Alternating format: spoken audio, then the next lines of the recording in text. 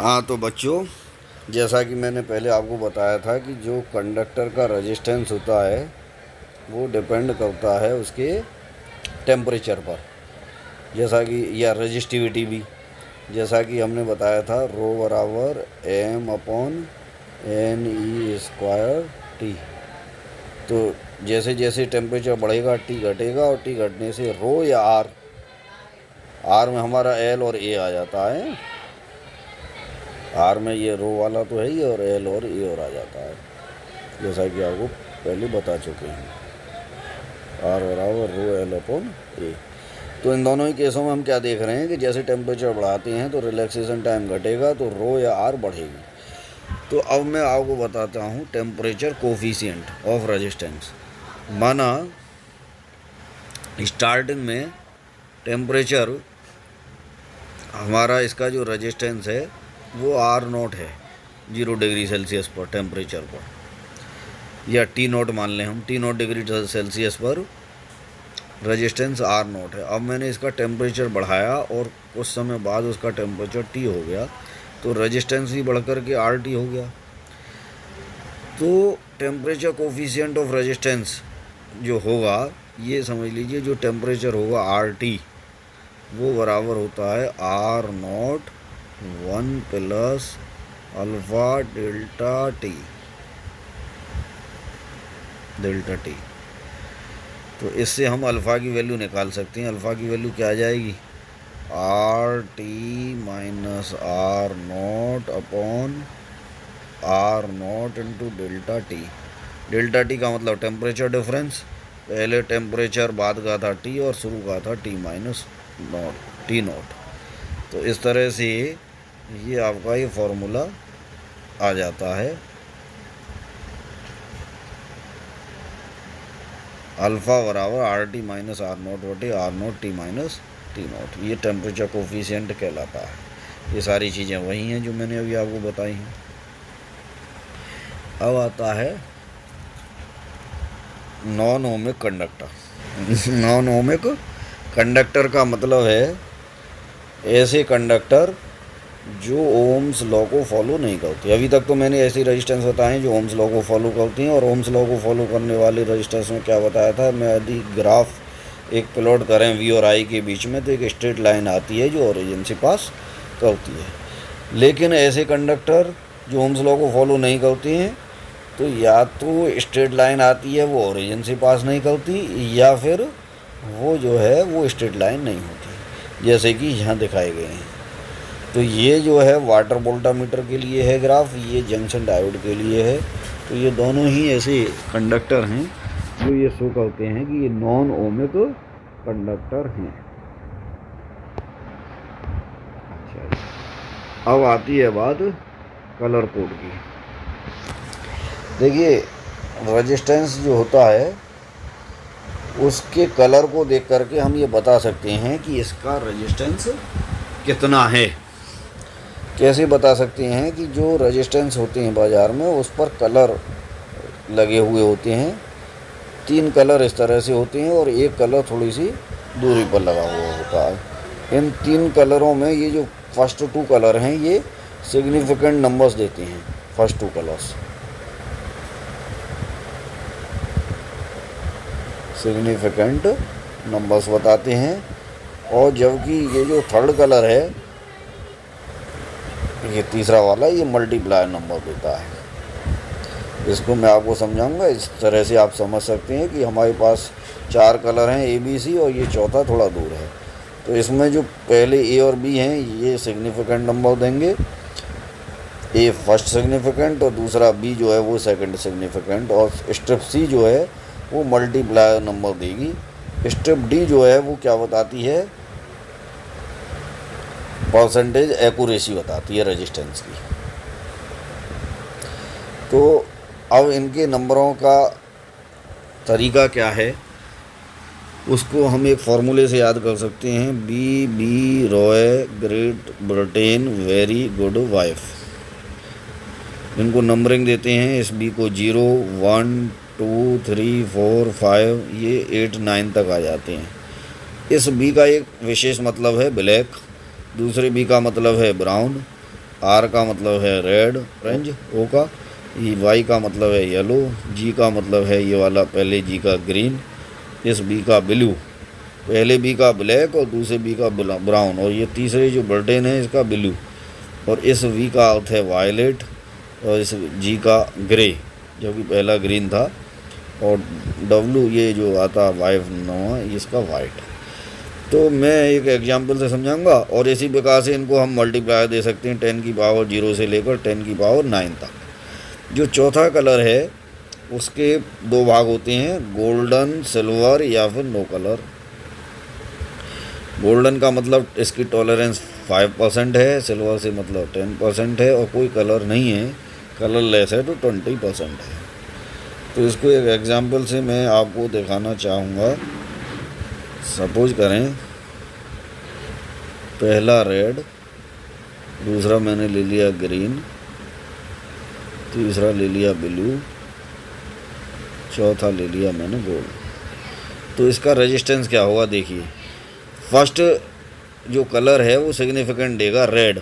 Red का significant number है हमारा 0 से शुरू होगा 0 1 2, तो इसका नंबर मिला फर्स्ट का हमें 2। दूसरा है ग्रीन, ग्रीन का कलर है ग्रीन यहाँ है 3 4 5, तो ये 5 हो गया, 5 25 हो गया। फर्स्ट का फर्स्ट सिग्निफिकेंट फिगर, सेकंड से सेकंड सिग्निफिकेंट फिगर, नंबर 5। जो थर्ड कलर है वो डेसिमल मल्टीप्लायर देगा ब्लू। ब्लू का कलर है हमारा कौन सा है यहाँ 6 नंबर, तो इसका मतलब ये 10 की पावर में आएगा, 10 की पावर 6 ओम, रेजिस्टेंस की यूनिट ओम। तो इसकी वैल्यू होगी, इस कलर कोड के रेजिस्टेंस की यूनिट वैल्यू जो होगी वो होगी 25 × 10 की पावर 6 ओम। और इसकी जो टॉलरेंस पावर है वो प्लस माइनस में आएगी, यानी ये तो है ही है, प्लस माइनस इतना और टॉलरेट कर सकती है। गोल्ड की है 5%, प्लस माइनस 5%। तो इसे हम लिख सकते हैं 25 × 10 की पावर 6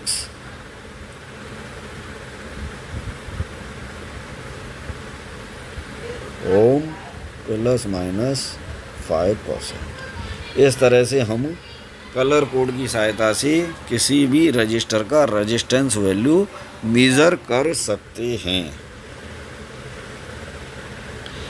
अब आगे हम बताते हैं series combination of resistance. Resistance को जैसे कैपेसिटर में हमने जोड़ा था सीरीज में जोड़ सकते हैं। ये सीरीज है, एक रेजिस्टेंस R1 है, ये R2 है, और इसको किसी बैटरी से अगर हम कनेक्ट करें तो क्या होगा, इनकी करंट तो सेम रहेगी लेकिन पोटेंशियल डिफरेंस इनके अलग अलग होंगे। तो टोटल जो सेल है उसका पोटेंशियल यदि V है तो इसकी टोटल वैल्यू कितनी हो जाएगी, V बराबर V1 प्लस V2। अगर इनका जो इक्विवेलेंट रेजिस्टेंस है वो R है, टोटल करंट I फ्लो हो रहा है, तो IR इक्विवेलेंट बराबर, करंट सब में सेम है, IR1 plus IR2 plus IR3, तो ये वैल्यू आ जाती है R इक्विवेलेंट बराबर R1 plus R2 plus R3। अब मैं लेता हूँ पैरेलल में। पैरेलल में क्या होता है, सभी को एक पॉइंट से जोड़ते हैं, सारे रजिस्टरों को एक पॉइंट से कनेक्ट किया हुआ है, R1 R2 R3, और इनको दूसरे एंड से कनेक्ट किया हुआ है। दो एंड हैं ये A और B। तो अब क्या होगा, इनको एक बैटरी से कनेक्ट है, यहाँ से यदि करंट आई चली तो ये 3 भागों में डिवाइड हो गई। लेकिन क्योंकि जो पोटेंशियल है वो किस पर, एंड पॉइंटों पर डिपेंड करता है, इसीलिए इन सब का रेजिस्टेंस का जो पोटेंशियल डिफरेंस होगा वो सेम होगा V। तो ये विशेषता है, V तो सेम रहता है ईच रजिस्टर में और I डिफरेंट रहता है। तो I बराबर हो गई इन तीनों का सम, और इस तरह से हम इनकी वैल्यू निकालते हैं। I बराबर V अपॉन R इक्वलेंट बराबर, हर रजिस्टेंस में I की वैल्यू अलग अलग होगी, V upon R1 plus V upon R2 plus तो V upon R3, V cancel, 1 upon R equivalent बराबर दिस। इसका मतलब सीरीज में रेजिस्टेंस की वैल्यू ज़्यादा होती है और पैरेलल में रेजिस्टेंस डिक्रीज हो जाता है। अब नेक्स्ट जो पॉइंट आता है वो आता है इंटरनल रेजिस्टेंस। अभी तक आपने रेजिस्टेंस पढ़ा है, वो एक्सटर्नल रेजिस्टेंस होता है, यानी अगर हम ये बैटरी से बाहर कोई रेजिस्टेंस कनेक्ट करते हैं तो ये एक्सटर्नल रेजिस्टेंस माना जाता है। एक्चुअल में करंट जब फ्लो होती है तो बाहर के साथ साथ भीतर भी करंट फ्लो होती है। होता क्या है कि ये जो चार्ज है, नेगेटिव चार्ज, ये वायर में जाते हैं, यहाँ की तरफ जाते हैं, और करंट के फ्लो होने का कारण होता है पोटेंशियल डिफरेंस। और करंट हमेशा हायर पोटेंशियल से लोअर पोटेंशियल की तरफ माना जाता है, हायर से लोअर की तरफ। अब होता क्या है, एक्चुअल कंडीशन में हायर पोटेंशियल ये है ये, लेकिन एक्चुअल में करंट कहाँ से फ्लो होता है? करंट फ्लो होता है यानी इलेक्ट्रॉन्स फ्लो होते हैं इस नेगेटिव टर्मिनल से। तो यहाँ से इलेक्ट्रॉन आकर के पॉजिटिव पर जैसे आएंगे तो इसकी पॉजिटिविटी कम होगी। पॉजिटिविटी कम होने का मतलब पोटेंशियल डिफरेंस कम होगा।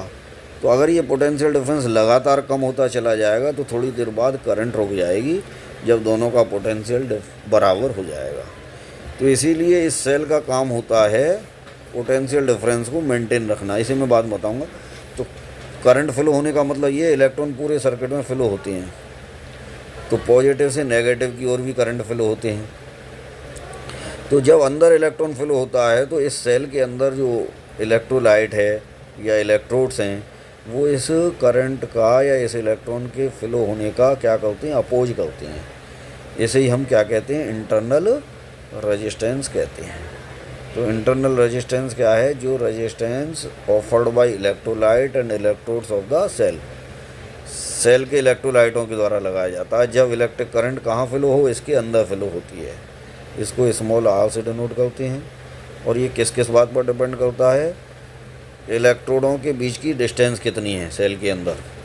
दो इलेक्ट्रोड होते हैं, एक पॉजिटिव एक नेगेटिव। दूसरा, इसके अंदर इलेक्ट्रोड जो भरे हुए हैं उसका नेचर ऑफ द इलेक्ट्रोलाइट कितना है, कैसा है नेचर, नेचर ऑफ इलेक्ट्रोड्स कैसी हैं, और एरिया ऑफ द इलेक्ट्रोड्स कितना है जो इलेक्ट्रोलाइट के अंदर है। ये इलेक्ट्रोलाइट भरा हुआ है तो कितना एरिया इसके अंदर है इलेक्ट्रोलाइट के अंदर। Area of electrolyte emerged in area of electrodes emerged in electrolyte. तो अगर ये एरिया बढ़ता है, यहाँ से यहाँ आता है, तो क्या होगा? इंटरनल रेजिस्टेंस डिक्रीज होती है। तो जैसे जैसे एरिया बढ़ता चला जाएगा इंटरनल रेजिस्टेंस कम होगी, और एरिया घटेगा तो इंटरनल रेजिस्टेंस इंक्रीज होगी। इन बातों पर डिपेंड करता है। अब एक आती है टर्मिनल पोटेंशियल डिफरेंस। इसको कैपिटल वी से डिनोट करते हैं। होता क्या है कि जो हम बाजार से सेल लाए उसके अंदर कोई करंट फ्लो नहीं हो रही, दो इलेक्ट्रोड होते हैं, एक पॉजिटिव और एक नेगेटिव।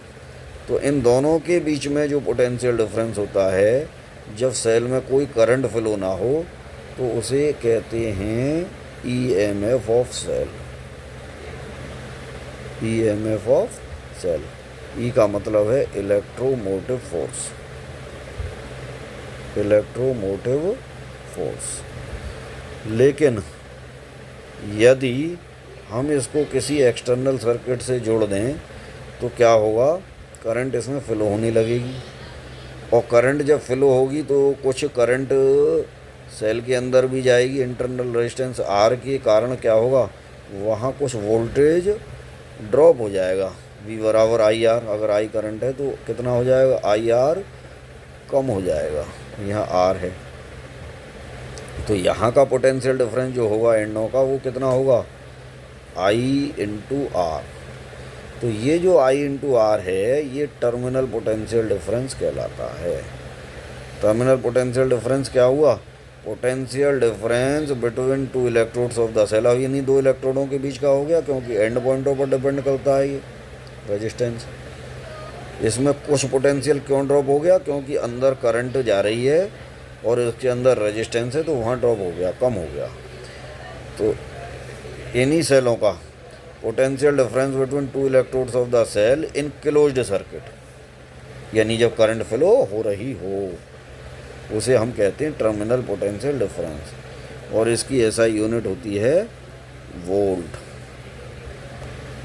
तो ईएमएफ का मतलब मैंने अभी बताया ही था कि जब हम सेल लेकर के आते हैं और उसमें कोई करंट फ्लो ना हो रही हो, उसमें मैक्सिमम पोटेंशियल डिफरेंस होगा इलेक्ट्रोडों का, वो ईएमएफ कहलाता है। Potential difference between the two electrodes of the cell in open circuit, current flow ना हो रही हो। तो एक्चुअली होता क्या है कि ईएमएफ ई जो होता है वो टर्मिनल पोटेंशियल डिफरेंस और आई और आर जो इंटरनल, इन दोनों का सम होता है। तो हम एक रिलेशन भी बना सकते हैं टर्मिनल पोटेंशियल डिफरेंस और ईएमएफ में, V बराबर E minus I into are.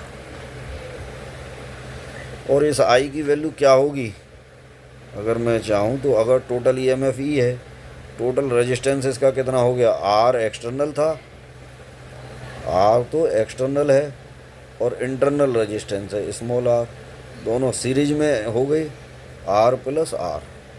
I की वैल्यू जो होगी वो होगी E upon R plus R।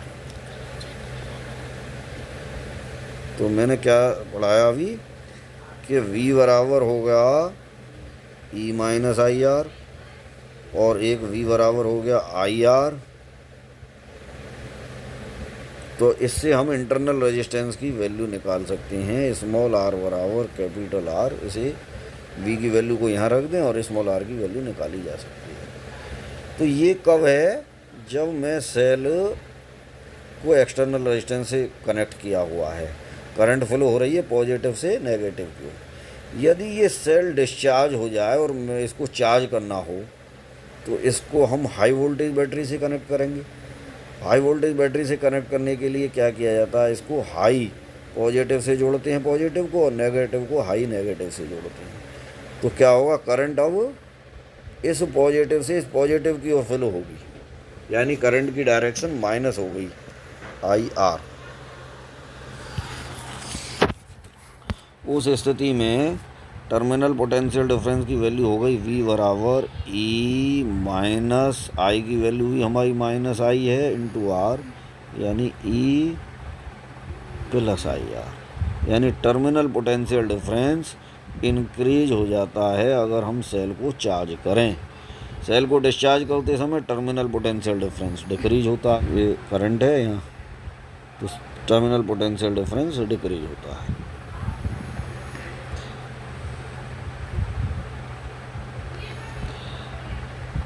ये मैंने यहाँ दिखाया हुआ है, ड्यूरिंग चार्जेस V की वैल्यू इतनी हो जाती है E प्लस आई आर, और अगर डिस्चार्ज करें तो V की वैल्यू हो जाती है E minus I R. Terminal potential difference value कम हो जाती है। तो ये सारी बातें बताई हैं। अब अगले सेक्शन में मैं आपको सेल्स के बारे में बताऊंगा। जो भी अगर आपको प्रॉब्लम हो तो वो आप कमेंट बॉक्स में जा कर के पूछ सकते हैं। Thank you.